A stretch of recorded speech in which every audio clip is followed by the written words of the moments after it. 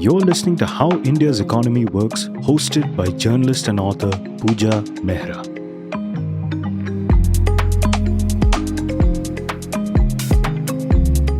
Hello, I'm Puja Mehra. India is the world's fastest growing economy, but when we say India's GDP is growing, whose prosperity do we talk about? India's GDP growth in financial year 2023-24, according to the government's estimates released 3 days ago, is 8.2%.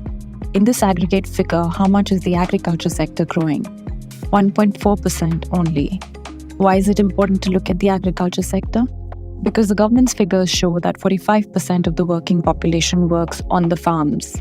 This means that 45% of the working population is experiencing not 8.2% growth, but 1.4% growth. This also explains why the growth in consumption is only 4%, which is less than half the 8.2% aggregate GDP growth. In other words, when we speak of India's GDP growth rate doing very well, we choose to exclude from the narrative the rural agriculture part of the country. This isn't something new, according to today's guest, Rathin Roy. Rathin tells me in this conversation that this systematic exclusion of the bulk of the population from not just the growth narrative, but even the growth process itself has been going on in India since at least the 1700s. He explains how the masses have simply not had opportunity to participate in GDP growth. Rathin is one of India's brightest macroeconomists. He's also extremely witty and at times, if I may say so, really sharp on social media. He has been on the Prime Minister's Economic Advisory Council, was a member of the last pay commission that recommended pay hikes for central government employees, was a member of the selection panels that chose the last two governors of the RBI. He is now managing director of the Overseas Development Institute. I asked Rathin to explain how, when we say India's GDP growth is doing very well, we don't really talk about all Indians. While many economists find faults with the way India's GDP is estimated, Rathin's concerns in this conversation are different. He's focusing on the GDP itself, not on how it is measured.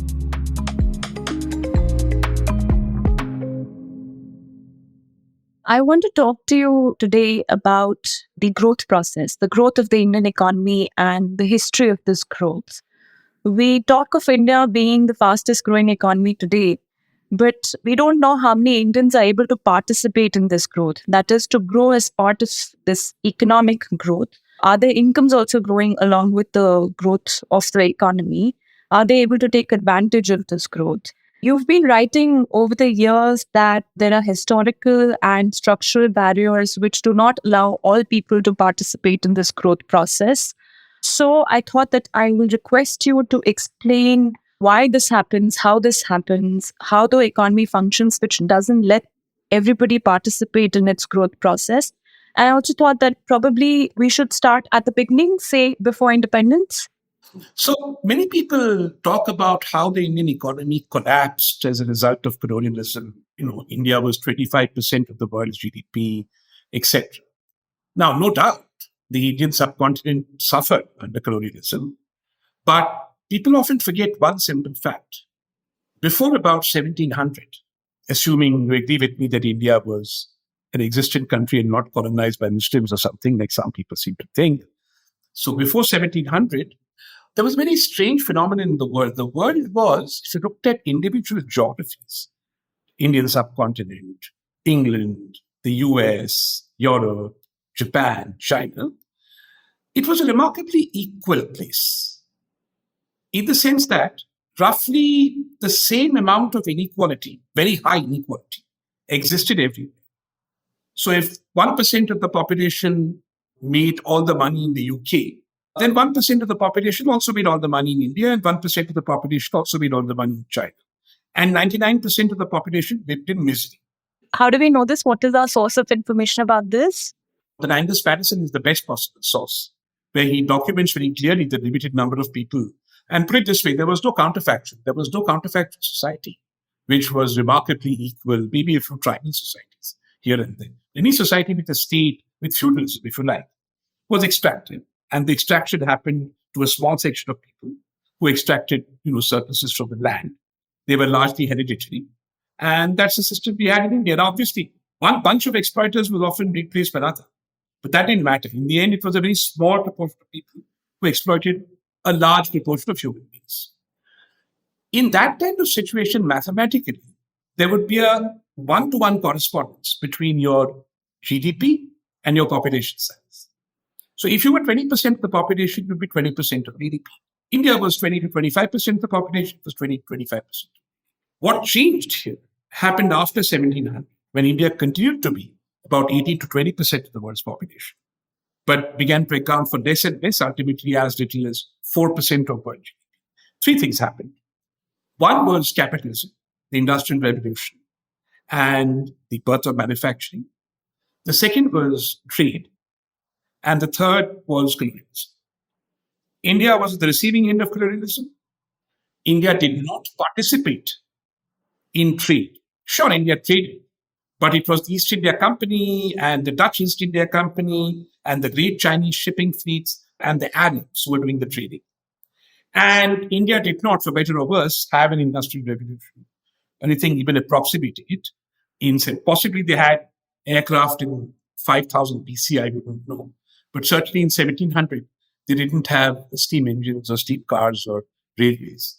So this led to India's relative impoverishment. Now, cut to the chase and come to when the British leave and we take charge. What you actually see for the first 10 or 20 years is a huge equalization, in the sense that we begin to focus on making sure that Indians have the basic needs that they require available to them. My grandfather saw famine. My father saw drought. I see neither, except in isolated pockets. My grandfather saw people without clothes to wear. My father saw people with one sari sharing the hut. I see neither, except in pockets. So, in many ways, India succeeded in giving people with a low growth rate the basic needs of life to the maximum possible number of people. Now, after 1991, what happened was there was a transformative change in prosperity of the top 10 to 15% of the population. We'll come to 1991. I want you to explain a little more this history that you have explained in terms of different parts of the society, so that my listeners are able to see what you're saying. Let me put it this way, that at independence, a handful of people, the top 1.1% or 0.12%, had enough to comfortably educate their children, to eat a reasonable meal, and to consume reasonably, and 90% did not in 1950, and 10% sort of were on the fringe. By about 1980, the top 1 or 2% had the same abilities. I'll tell you what they did not have in a minute. But the bottom 90 now ate substantially better, were clothed substantially better. A large proportion of them were able to educate their children, and their life expectancies had improved. And their ability to resist disease had improved. Famine was a thing of the past. And all this India had done, albeit with a relatively low growth rate. Of course, India could have done it much better. But the fact remains that, therefore, the kind of misery you saw in 1950 did not exist in 1980, when the population had more than doubled. Understood. Before we proceed, I also want you to explain, when you talk about the 1700s, etc., at that point in time, again, this division between the very rich and the rest of the population, what is their condition? Because the general impression tends to be that there was honey and milk flowing through India, in the old times, and we were very rich. And Now, very old times, I don't know. Mr. Modi knows better than me. But in the times of the Mughals, maybe it was the Mughals, I wouldn't know. But certainly it also happened in China and in England. So the Mughals were like on pattern. If it was the Mughals were exploiting everybody, and before that people were not. But there's a very good example of a foreigner who visits Banaras. And the thing he notices is, he says, just like England, that poor people don't have any bartans, any utensils in their kitchens, and they are all barefoot. The number of people going barefoot was remarkable. And he said in England, they don't, because they would die. They said these people are very fortunate. And the per capita availability of footwear in 1800 was the same in India as the per capita availability of footwear in 1950. The per capita availability of dal in 1800 was the same in India in 1950. Of course, in the UK and in Japan, the per capita availability of both these things had gone up dramatically. So that was the big difference. Starting from the position of relative impoverishment of the bulk of the masses in 1700, we moved to a situation by mid-20th century, exacerbated by colonialism. Sure, of course it was, but not just because of colonialism. That India was more or less where it was, the common Indian, in 1700, whereas many other countries and geographies of the world had moved on. And I think the story of the next 30 years was a basic need story, that with modest growth and with a modest increase in consumption of the elites, we managed also to give the bulk of the population in this country the basic needs of life. They didn't have power, they didn't have water, they didn't have full and universal education, all that came later, but a substantial plurality of the population got these things within 3 generations that they did not have 30 years. That was a remarkable achievement, although nowhere as good, I'll immediately say, as South Korea or Taiwan. But still, it was a remarkable achievement, and it gave India hope, as I'll come to later, perhaps, that our transformational story would be better and better now they've got the basics right. And how do we understand this in terms of the growth process? What was it about the growth process that helped this transformation? Yes, the growth process was highly equalizing in 2 ways. And it's quite interesting. There's a bit of sociology involved here. As we began to develop and grow, the emphasis on making sure that Indians were given very few things, just were able to eat enough and wear enough clothes, was the primary focus of policy when it came to the development of India. There were other things we did, like building IITs and all that sort of thing and fighting wars that had to do with maintaining the unity and integrity of India. But over and above that, what we did successfully, we did many things unsuccessfully, but what we did successfully was give enough, make sure that every year fewer people went hungry, and every year people had more clothes to wear, and the basic needs of life were fulfilled. This accompanied with a modest increase in education, primary education, the primary education movement, etc., and the beginnings of a universal healthcare system, starting with children, as is appropriate for inclusive growth, starting with the Tika campaign, starting with eliminating polio, eliminating smallpox, trying to deal with the morbidities of malaria unsuccessfully. That was the focus. Yeah. All these things made sure that there was a modest decrease in the vulnerability of the poor Indian and the prosperity of the average Indian, and their lives became slightly more secure. Now, it meant that the rich did not lead very different lives from the poor. We all had to take ration. We all had to go and queue up to buy the same bad sugar, and we grumbled about it. We were not allowed to buy cars. We had to queue up for them. We were not allowed to buy Bajaj scooters. We had to queue up for them. But that also meant, that this is my sociological point, that there was a certain amount of solidarity between the rich and the poor. Nobody lived in a gated community. People, by and large, took public transport. My parents took public transport, and they were lower middle class Indians in Bombay. People took the train. The train is a very democratic way to travel. It has many classes. But people, have to go to a railway station, get on a platform, intermingle with people less fortunate than them. When we had our festivals, people's primary objective was to mingle with their relatives and kids who were perhaps less fortunate than them. That meant that people could not be sort of holding ladies' sangeets and whiskey parties when they got married. Weddings were modest, but they were far more inclusive.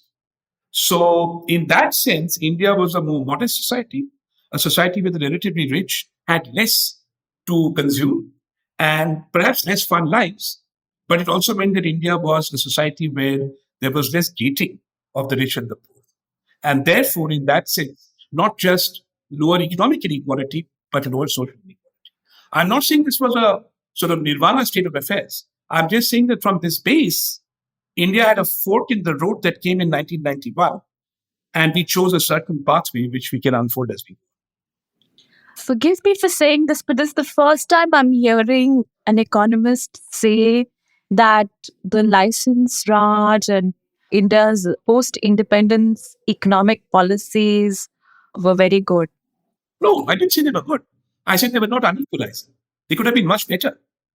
The license Raj was neither necessary nor sufficient for an equalizing growth process to take place. But equally, the abandonment of the license Raj in 1991 onwards was neither necessarily nor sufficient for the unequalizing of the growth process to take place. That was something else. It was avoidable. Just as the license charge was avoidable in a relatively egalitarian society. The abolition of the license charge had nothing to do with the rise in inequality. It was not something that automatically followed, in my view, from the abolition of the license charge. Sure. So now let's go beyond the 80s. And so how did this story move? Okay, so let me do this, as I often like to do, by describing myself as a young person having graduated from St. Stephen's College in 86. I'm entering the world, I'm a middle class kid, I'm very bright, obviously, and I intend making the best of my life. What is the best thing I could do? The best thing I could do, and this still applies to a large proportion of people, which shows us the post-91 failure, is to get the head out of this country. Because the life I was going to lead here would depend on something very important. Because everything was rationed, as I described, from railway tickets to whiskey to Fiat cars. The best thing I could do is join the rationer. And the rationer is the government of India, or one of the many arms of Sarkar in this country. So I could become some AS officer or PS or some S. That would give me job security, that would give me a nice income, the opportunity to make some money on the side if I wanted to. But even without that, a nice life and access to the goods that I required, not through money, but because of the license permit charge of market. Or I could go to IIT, and that would help me get abroad. But even if I didn't get abroad, I would join run two of this, which is the public sector. Kishore Biyani once described the Indian consumer, and this applies very well here, as type 1, type 2, type 3. Type 1 are the hi-fi consumers like you or me today. Type 2 are the people who work for us. The Mali, the presswala, the driver, because they have access to stuff that they wouldn't have if they were not in contact with us. And type 3 is Sarvahava. They have no contact with us and therefore they get nothing. So type 2 was the public sector, the school teacher, and the people who served the type 1s. Equally, you could go to the army and have a nice life. You could otherwise become a boxwala, and by virtue of their need being small, you could join a club and you'd have access to these things, not as directly as IAS officers like others. But all our lives were rationed. Even Mr. Tata could not buy a Mercedes-Benz without going to something called the State Trading Corporation and buying something if some wretched diplomat had sold that. Terrible state of affairs to be elite. Boring country, but equal. Now, in 1991, the first byproduct of the end of the license permit charge was the end of rationing for some, for me. So what happened from 1991 onwards was the top 10 to 15% of the Indian population began to earn more and was given the power to buy a much wider range of goods than in the rationed economy. They were able to buy cars, two-wheelers, FMCG, etc., all of today's fast-moving indicators of the Indian economy. But for the remaining 80%, incomes did not go up that much. Let me give you a simple example to look at this, if I may. So in 1988, I got my first job. You could get jobs immediately after your master's. I got a job in the great public sector, type 2, teaching at Shriram College of Commerce for 6 months. My salary, I still remember, was 3,000 rupees a month. That was also the salary of an SDM in the IAS, entry-level Saab salary. Now, on that 3,000 rupees a month Saab salary, a Maruti car in those days, 800, little cars have gone now, like the Alto for your younger leaders, but much smaller. Look it up at some antique shop. Okay. That cost about 1,25,000. Right? Now, 1,25,000 is 3 years and 2 months salary at 3,000 rupees a month. Cut to the chase. Forget 91, but look at it goes on happening this way. Trust me. But cut to 2021. The entry-level salary of an SDM or someone like me is 75,000 rupees. A Maruti Alto, whatever it's called, I think costs 3 lakhs or 3.5 lakhs. Entry-level small car. Right? That's 5 months salary. 3 years and 4 months salary in 88 to 5 months salary. Air conditioner, less than a month's salary now. In those days, 5 months salary. Okay? And you take every single leading indicator of the Indian economy, you will find that. Now you cut to the people who are not earning what I am earning, not the poor. Poor never afford anything. Cut to people earning the minimum wage or 2x the minimum wage. And look at their basket. Look at the food basket. Look at the basket of fuel. Look at the basket of fuel and light. Look at all the things that perform the vast majority of their consumption basket. And you will find that prices have not moved so much in their favor. So it's not just incomes. It's also the way prices moved for the rich and for the not so rich. And this process of unequalization increased inequality. So why didn't the economy stop? Because when 15% of the population is growing in prosperity, never mind the remaining 85%, that's 150 million people. That's bigger than the German market. Who cares about the remaining 850 unless you're a patriot? If you're a patriot, you care because you could be 10 times the German market. But if you're a capitalist, you're selling double the British market, 3 times the German market, twice the Japanese market. What do you care? So for the first 10 to 15 years, and that is why when I came back to India for the fourth time in 2013, and I opened the Economic Times or the Business Times or something, and I saw leading indicators of the Indian economy, I said, what's happening to food? What's happening to fuel? What's happening to salt? And I saw air travel. I saw FMCG. I saw air conditioners. I said, oh my God, this whole growth story. The Indian growth, because remember, India was not export-led. It never was, never will. Like, it would have been a great idea. We've never done it. This was all built on the backs of a revolution, transformation in the incomes of the top 10 to 15% of the population. And that is what this economy has been surviving on to date. So, two things. One, if a smaller proportion of your annual income is enough to buy all these things that you're talking about now relative to what it was in the 1980s, does it not also reflect that more is being produced? Just the supply side is increased. Sorry if that's a stupid question.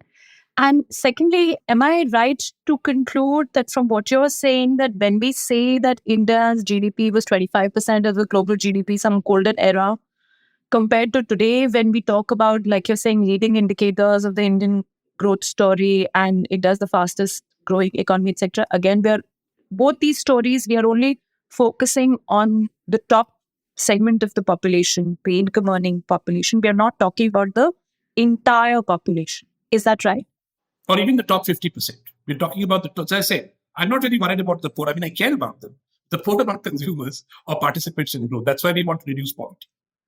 I'm talking about the not poor. I'm talking about people who earn the minimum wage or double the minimum wage or triple the in a sense, when we talk about India's economy, when we talk about India's growth story, this population doesn't count. It did not when we talk about the golden era, some old history, and it does not even today. That is not changed. Yeah, that has not changed. And unfortunately, this sort of reversal to the pre-industrial period in terms of income inequality, and there are other inequalities in India, I'll come to that in a minute. I'm from Bombay, I grew up in Bollywood. So I often think of these things as movies. So an Indian movie runs for 3 hours. So think of this movie. So we start the movie.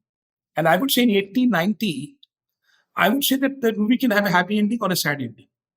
I do know from other countries that this is a movie that is normally a tragedy. Iska normally sad ending hota hai, tragedy hota hai.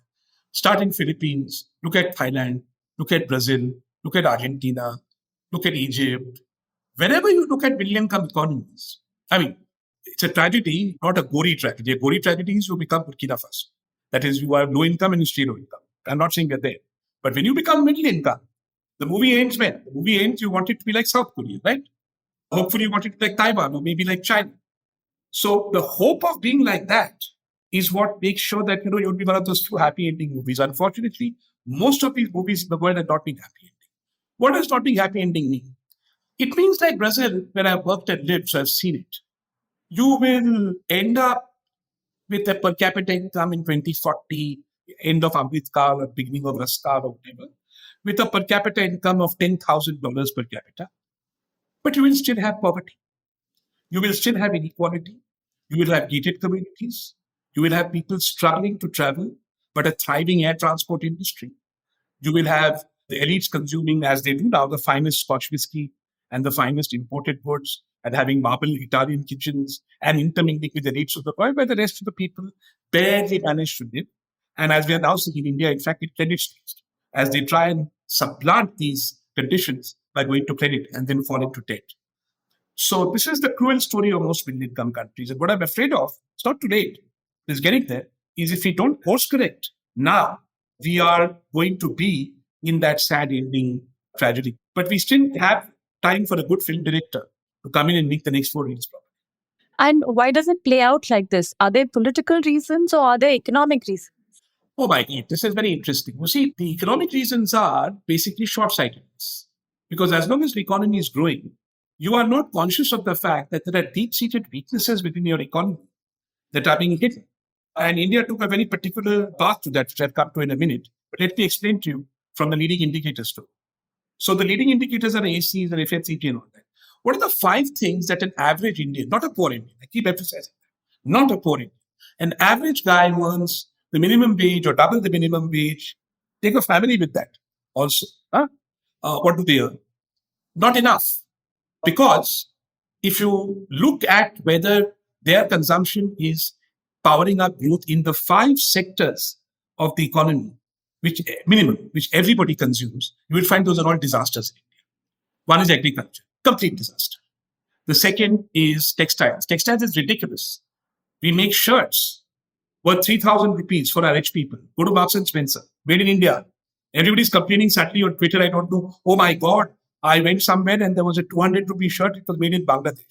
Of course it was made in Bangladesh. India imports textiles. India can't even make shirts worth 200 rupees for its normal people. Only for its rich people it can make shirts. Housing.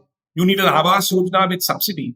Why can't poor people, I mean, somebody earning the minimum wage, if I earn double the minimum wage, I also want to go to the bank, take an EMI, save 3-4 lakhs, and buy a house for 10 lakhs and finance it over my lifetime. That I'm not given a chance to do. Now, the moment I tell you that, your listeners, many of them will say, I know one person who got a loan, or there is this small NBFC. That is all chana. Okay. The bulk of the loans are going to people who are buying flats in tier 2, tier 3 towns at cost. Target price minimum 40 lakhs plus. Just look at the lending portfolio in housing. So we are not able to provide housing to the minimum wage owner. Forget the poor, I'm talking about housing. How much is the minimum wage? Because from what I understand, minimum wage is not even paid. No, because then prices also go up. Also, minimum wages are linked to prices. So in Delhi, the minimum wage, I think, is now 800 rupees a day. But look at the prices of housing in the things I'm talking about. In Bihar, it is 300 rupees a day. Doesn't matter. You still don't get what I'm saying. So that's the interesting thing. Whatever the minimum wage. Yeah. And this is fixable. Education. Education is a mess, not because people don't want to pay for quality education, because we can't supply it. And healthcare has to be heavily subsidized by government. Again, that is only available to the rich. If these 5 things constituted 60 to 65% of GDP, and exports constituted 15% of GDP, doesn't matter what imports, and 20% came from us, then you'd be talking about a powerhouse economy that would at the same time be inclusive, and this entire problem of jobs will go away. Jobs are created by activities. Now, in the 5 sectors I mentioned, AI is not going to take away your jobs. Nothing is going to take away your job. These are job-full activities: agriculture, health, construction, textiles, housing, education. But we are not doing these, and this is the kind of structural change we need to make sure that we tap into the home market demand of the top 50%. Now, I will not do that in India because my demand is assured. So as long as I'm able to make money, which we are making, look at the stock market, and as long as real wages are stagnant and the top 1 to 3% are making money, and as long as the public sector does not foster an increase in these activities, again, these things must be done profitably. सबको धंधा करके agriculture से 15% return निकालना है, धंधा करने का 5 जगह पे. I'm not interested in subsidy. These things must happen without subsidy. Then we will grow. That is one reason. The second reason is we have a legacy of rationing in this country, because what is happening now? All these things are being given through ration. There's a bigger story. They're being given through ration, initially by a civil service, which is what gives them power now, since they don't have the power to do license permit. So we have a small but very overpaid and bloated government sector which exercises its power like this. And it happens essentially through what I've called in my work a change in the focus and direction of the governments of India. Not just the government of India, the central government and the state governments, all of them. This was true during Congress, this is true during BJP, Vajpayee, Manmohan Singh, everything. And it's only gained momentum, which is India was a development state, I would say up to 95, 96. I'll even give Naseem Rao this much. In the sense that we were interested in making investments in improving the supply of public goods, in improving growth, in making growth inclusive, in raising employment. Point is, you see, since independence, we raised expectation that we failed to do all this. Since then, it is my thesis that we have become a compensatory state. A compensatory state which tells its citizens, so sorry, hum fail ho gaye. Here is some money. From becoming a citizen who demands merit goods, etc., you become a labharthi. You take the fig leaf of a rights-based approach, but in reality, it is not rights-based. Let me give you an example. And by the way, this is a bipartisan government. When I came back to this country for the third time, I've come back frequently, in 2009, India was booming, growing, whatever, like 2008. So I went to see the then chief economic advisor and I said, I don't understand why you're implementing NREGA. Growth is so high, everything is booming. Why would you bring in an employment guarantee program now if things were in recession? Yeah, I can understand Modi doing it with a failed economy. But why him? No answer. I went to meet Dr. Arwal, I asked him the same question. No answer. Then I suddenly realized that what had happened there was NREGA was an admission of failure. That the entire Vijay Mallya good times we saw is very well documented in your book, 2004 to 2008, essentially was a good time for people like us. We had great times. It bypassed the vast majority of people, but then they had to be compensated. Because you asked me earlier, how do you manage to isolate growth top 15%? Well, you're right. Tsarist Russia had excellent unequalizing growth before and during the First World War, and then look what happened. So to do that, you have a combination. You can either shoot people, it's part of my thesis back 30 years ago, or you can give them handouts. So we became a handout state, a compensating handout state. And today it has reached a situation where, because of the failure, we are now feeding 800 million of our population. That's way more than poor people in this country. Way more than poor people. So if you're going to give such handouts with a 90% informal sector, with a 10% public sector and formal private sector that's essentially extractive, we are assuming the contours and shape of a classic middle-income country. Rathin, do we still have a chance at correcting this growth process, having this transformation carry on so that the growth process becomes more inclusive, more larger sections of the population are able to participate in the growth process instead of us having to compensate them for our failure to make them a part of the growth process? But it requires us to get a little serious about and to recognize the problem at hand, which is, as a result of these neglects over the last 30 years, assumed multi-dimensional proportions, but they are still tractable. First, we have to stop behaving like communists. I would really like the next government of India, whoever does it, to stop setting targets in and of themselves without any meaning. Like $5 trillion economy, developed country by 2047. This is irresponsible, decadent, and unworthy of a government that is seriously patriotic about its economic transformation. What are the challenges we face to getting inclusive growth? The second thing we have to accept, and really it's very difficult in India, it's an IIT-driven country from Arvind Kejriwal down, that these solutions are not going to be found in the technocratic realm. There are serious sociological problems we face that will have to be confronted, because the income and consumption inequalities I described are merely the tip of the iceberg. If I thought of India as a museum of inequality, then this would be a wonderful museum, because you talk about inequality, it is there. It is a country in terms of heredity that is so unequal that film stars' children become film stars. And that is also hereditary. Forget politicians. Even the film industry is hereditary. Parents launch their children's careers. Every profession is hereditary. Just think of the nepotism and the stifling of talent and what that does to growth.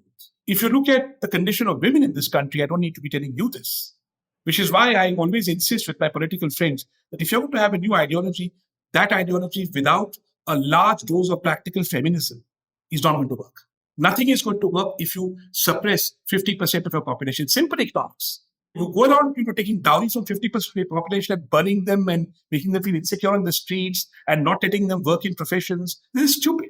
So there are a number of sociological things that we will have to address. Look at the other thing, education. I cannot solve the education problem technocratically because parents are not interested. It appears to me, correct me if I'm wrong, that parents want their kids to get a little piece of paper called a credential and get a job. That is what gives you quota, IIT, etc., etc.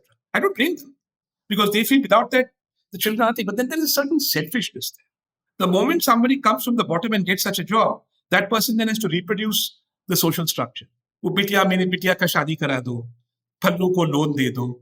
So the whole thing keeps reproducing. So there are a number of societal things we have to tackle. When it comes to the economy, the first thing we have to get rid of is, look, everything is affordable if you can do it. So we need to have far more specifics on how we will complete, finish, and execute things that we say we will, not make excuses for doing them late.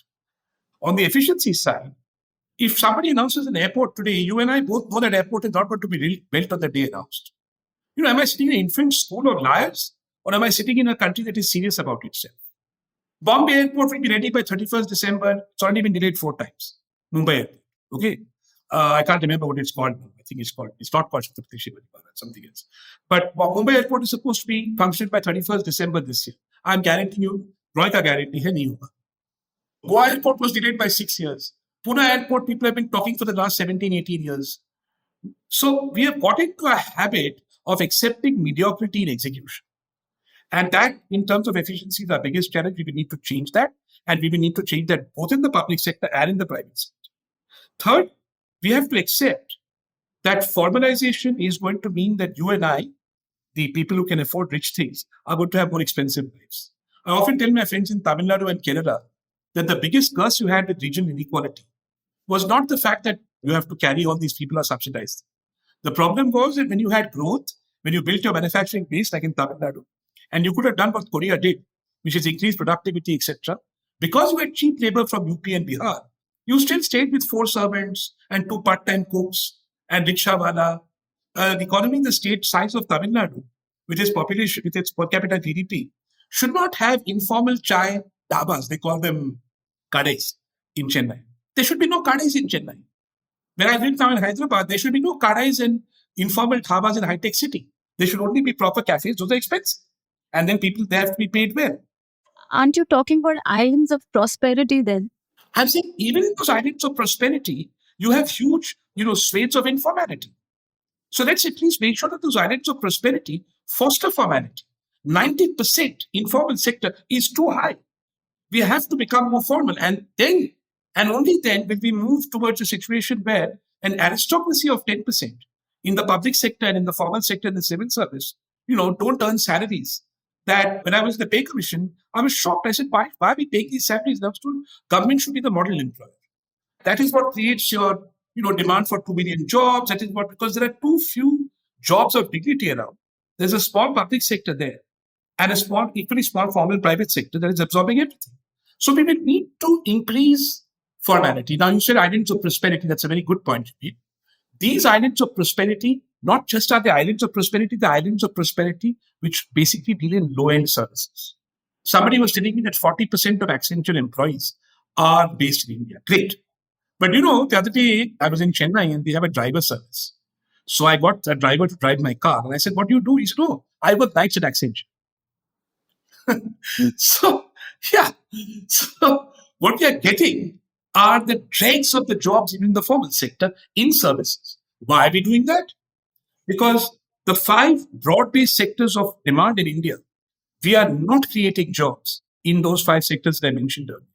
Do I have a plan for each one of them? I have a plan for 4 of them. No, for 3 of them. Education and health requires social intervention, as I said earlier. But this then ties into the other challenge we have to solve at the same time. See, any country where the majority of people live in the poorer regions and the minority of people live in the richer regions, like in India, have 2 choices to make. It's the same choice that England has to make. That's the same choice that India has to make, in a way. Either the people from there move to the richer parts, or capital moves from the south to the north. Neither is happening. How do I mean that? COVID taught me that. My great-grandfather on my father's side came to Bombay from Bengal 108 years ago. Me Marathi Mansai. Nobody tells me I'm not Maharashtra. Okay, I vote there, I think in Marathi. And therefore, what am I? I'm a citizen of Bombay. I'm not migrant labor. COVID taught me that this is not happening in India. Because of the nature of informality and precarity, my great-grandfather was the engineer in the railways. That was a formal, secure job that enabled 3 generations of my family, therefore, to embed and settle. The fact that we were Brahmins, I suspect, also had something to do with it. But that's another story. The point is that if people come to Tamil Nadu and Kerala and Andhra and do not return and do not become a Bombay and do not become Tamilians and do not become part of the South, that solves the problem, right? Your population moves south, your population equalizes. It's called voting with your feet. It's an old rule in economics. The other thing you can do is move capital from the south and the west to the north and the east. Now, that is not happening. Very simply, look at credit deposit ratios. In fact, the South is sucking capital from the North and the East. Credit deposit ratios, which is for every 1 rupee that you put in a bank, how much do you lend in your area? If it's less than 1, it means your money is going out of your area. It's less than 1 all across North India, except Haryana and NCR. And it's greater than 1 in Maharashtra, Gujarat, and South of India. This is happening because the kinds of jobs that we are, both the moving of capital and the moving of labor temporarily, are happening because the kinds of jobs we are creating in South India and West India, the kind of jobs that are available, largely in the informal sector or in low-end services, do not permit people to move with their families and settle and embed themselves in the places where the jobs are. So there's a big difference between a migrant laborer from Bihar and the governor of Tamil Nadu, what is he called, Mr. Ravi or something, who, when he came as a police officer to Kerala or Doval or something, they could live nice lives there and he can speak Malayalam and pretend he's Keralite. But his fellow Biharis don't have that privilege because they're not IAS officers. So this informal sector will have to be accepted in South India. But that will also not solve the problem because South India is the minority of the population. So this is something I had proposed to various governments and say it in Hindi, Jahan ghar, wahi naukri. What kind of jobs can you provide where people live? They can't be too skilled. I can't expect everybody in Bihar to become coders overnight, maybe Bengalis, but I don't think so either. Okay, so what can you do? Well, the very 5 sectors that I talked about earlier provide jobs where people live. Agriculture provides jobs where people live. And that was behind the Prime Minister's idea of doubling farmers' income. It's a tragedy like most things this government did. They were so incompetent, they failed. But doubling farmers' income was a good idea. Look at farming as a business. Let's try and generate 15% IRR in farming. And let us create jobs where these people are. The second is shirt factories. Now, here there is a problem of governance. I don't know what it is. Maybe Yogi Adityanath can tell me. But people are not willing to invest to make 200 rupee shirts in UP. Therefore, they're not willing to make 200 rupee shirts. If you try and make them in South India, I've been there, I've studied this. They'll tell you, we are not wage competitive with Bangladesh. Yes, you are not. But Gorakhpur is, Ghazipur is, So why don't you go and set up factories there? Oh, no. Then they will tell you there are no skills. All the people on the shop floor in these textile factories are Biharis and Jharkhandis and Bengalis and UP Walas. Take the diamond trade in Surat. Why is there no diamond trade in Ghazipur? Why is it stuck in Surat? So there is an unwillingness to invest in North India, and that I'm afraid North Indian political leadership has got to understand what it is they're doing. They're making people so fearful of investing. I have my own theories, but I'm also fearful of North Indian leadership. So I will not elaborate. I don't know if it fits into your analytic framework, but just a little far from Gorakhpur and Kanpur, there are a lot of gutka factories. How is it that those gutka factories flourish? Yeah, gutka factory bhi informal sector hota hai. If you look at what they're making, now you're banned those gutka factories anyway, bichare. But if you look at what they're making, the informal sector hota hai. I'd rather they be making the 5 things I said, but at least if there are gutka factories, then let me ask the question, can we triple the number of gutka factories? If we can't, we have a problem. I'm glad you mentioned Kanpur, because there's another, I don't have an answer to this. I've been trying to get some historian to research it, but it's a big mystery to me. One other feature of our development landscape over the last 30, 40 years, since the early 80s, is the deindustrialization of UP. The complete and comprehensive deindustrialization of UP. Kanpur was a thriving test patch with it. It had a 5-star hotel years before Banaras. Okay? It was a thriving industrial town. Muradabad was a thriving industrial town. Agra was a thriving industrial town. Gorakhpur was a thriving industrial town. Allahabad had manufacturing, Jeep batteries. All gone. All finished. I don't know what happened. But we have to investigate that. Anyway, to go back to my 5 things, therefore, agriculture, shirts, housing. Jahan ghar wahi naukri, build housing. And don't worry about supply demand, just build housing. And what's the solution to housing not being occupied? Build more housing. It will get cheaper. Create a banking system where people can buy housing where they live, and create jobs where people live so people can buy housing where they live. The Awas program has done good things, but there's still too much subsidy there.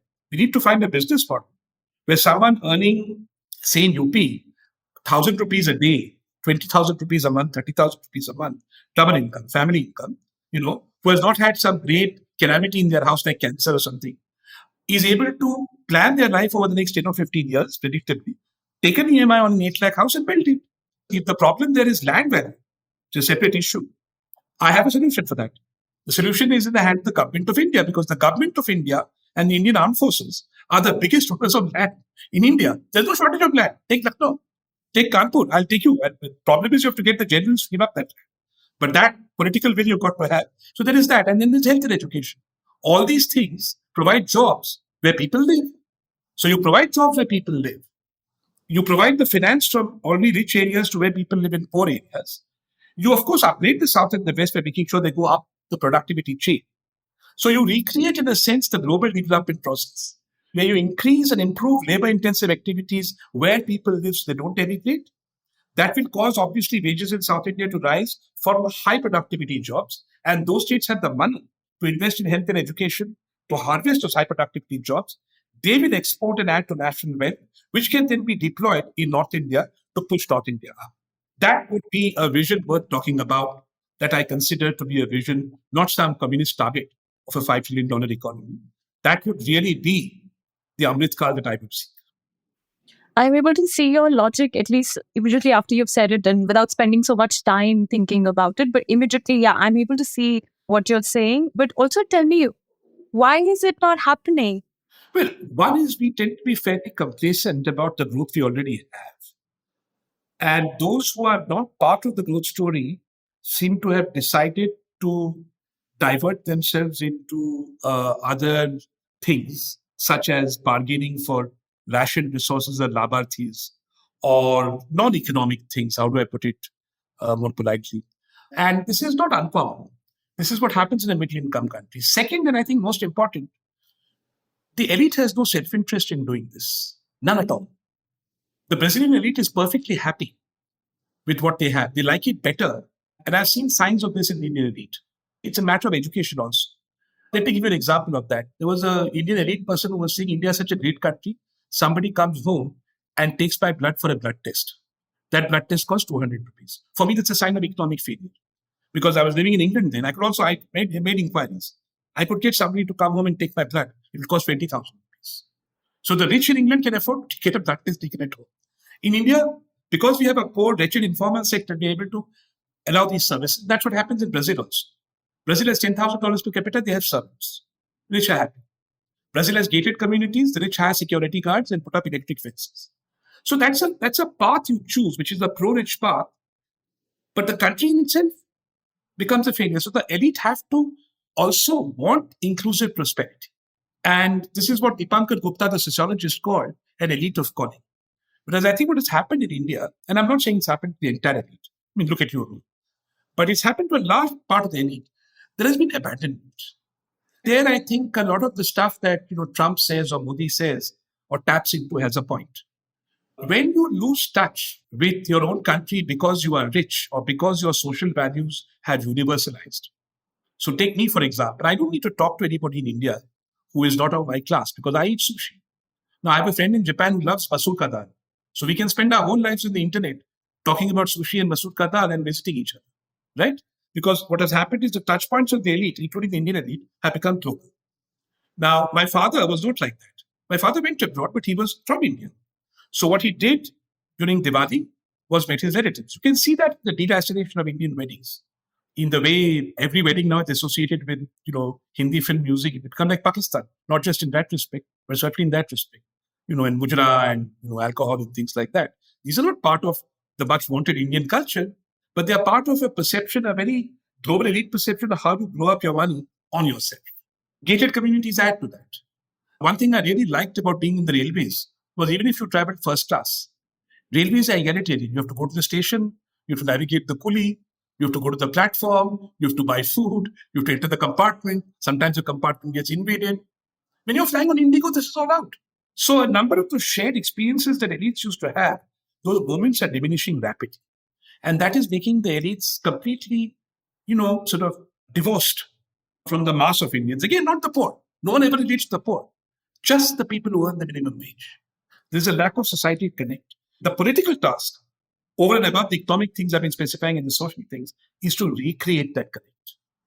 Isn't the low-cost mobile handset and the data package, the low-cost data package, challenging what you're saying? It would if it meant that the things that we share as consumers were enhanced by that low-cost mobile data package. Firstly, the smartphone package, and this is something that worries me, is not that well penetrated. Mobile is, but smartphone is not so good. Second, we have to then ask, what is it that people consume using their smartphones and what is it that they buy? So, for example, I consume very different things from what they consume. And that is, I think, creating some distance, both in terms of the news we see, etc. I'll give you a very interesting example. A number of people who should be tentatively or putatively like me watch this chap called Ravish Kumar. He has this thing he does on YouTube. You know, the journalist. I also watch it. Very few of my contemporary elites watch Ravish Kumar. Really, very few of them watch.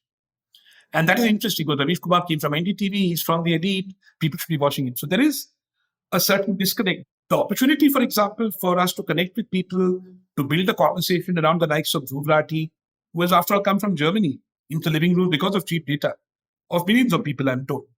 We are not taking advantage of the opportunities to have a serious conversation with people about things that they want. Our education system doesn't help because basically we tend to look either abroad or to elite education places. Our lack of language mobility doesn't help. I speak 5 Indian languages, and I can promise you that my most rewarding interactions this year have been in places like Kolhapur and here in Hyderabad, not in the rarefied domains of Delhi University or even Ambedkar University. This disconnect will have to go. But what worries me about this disconnect is people are not even conscious. And that really worries me. That the economic process has been deeply de-democratizing. And then when a demagogue comes, they can take advantage of it.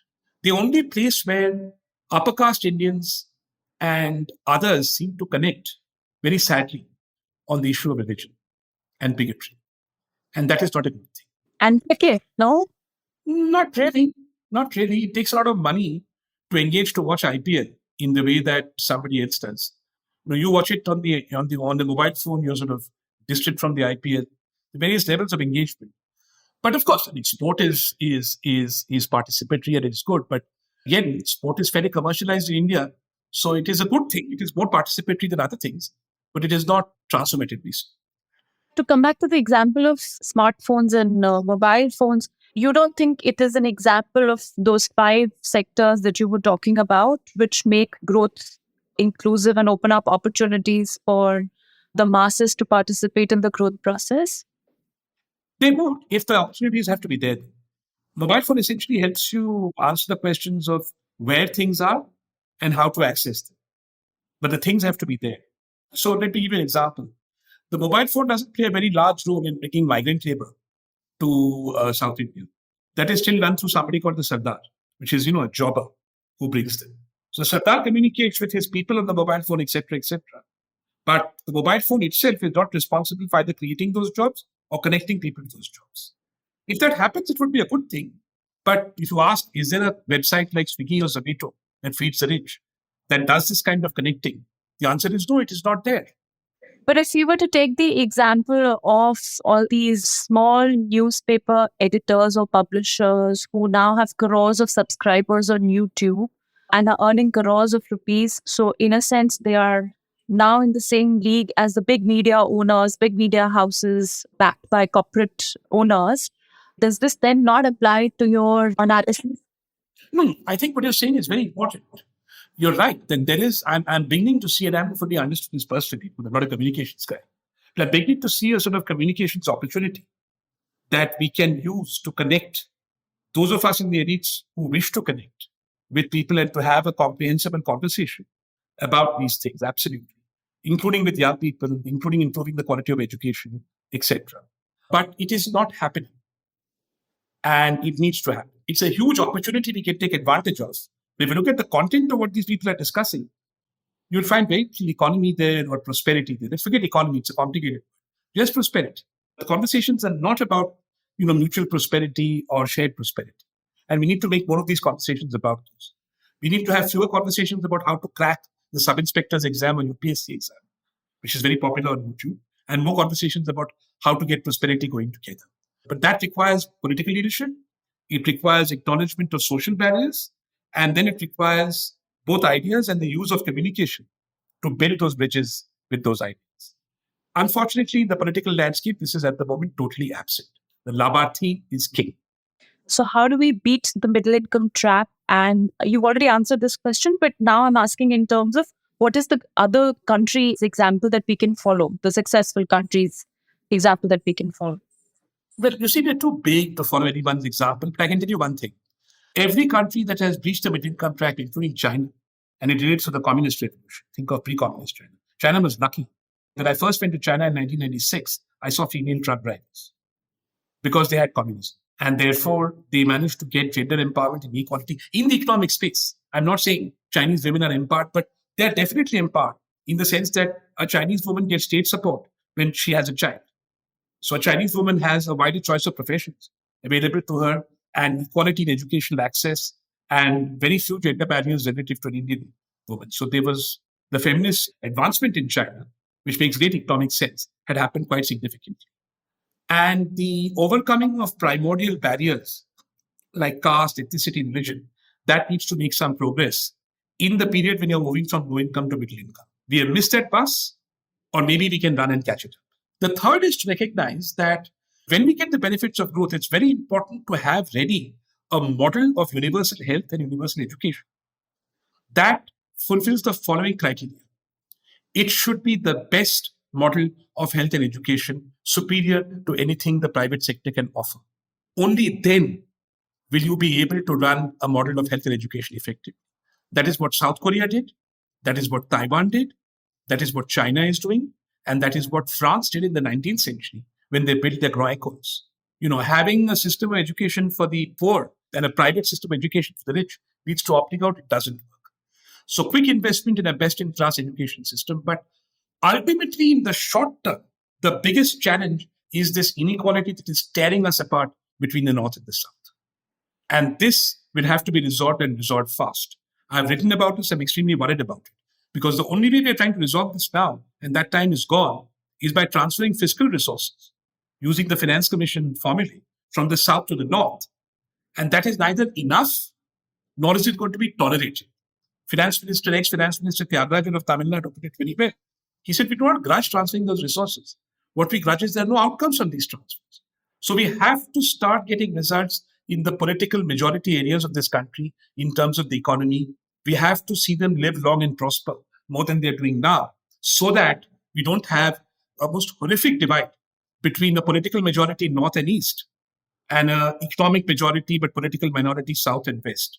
Because let me leave you with this thought. There are only two countries in the last 150 years in which the majority of the countries lived in a poor geography and the minority lived in a rich geography. The first was the former USSR, and the second was the former Yugoslavia. Right. So as much as you make it look like it is doable, at the same time, all the conditions that need to come together, everything that needs to fall into place, at least immediately after you've said it, I've not had a chance to think about it more. Seems to me like it's not going to happen. The challenges seem extreme almost, but thanks for this conversation. Thank you. Thank you for having me.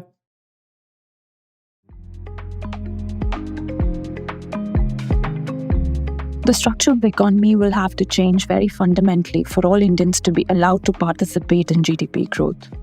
That's when the GDP and GDP growth will begin to tell the story of all Indians. Until then, we must be careful to look at the disaggregated numbers to get a sense of how the masses engaged in agriculture are doing, and if they too are experiencing the world's fastest growth, or if they are getting left out of this supposed boom.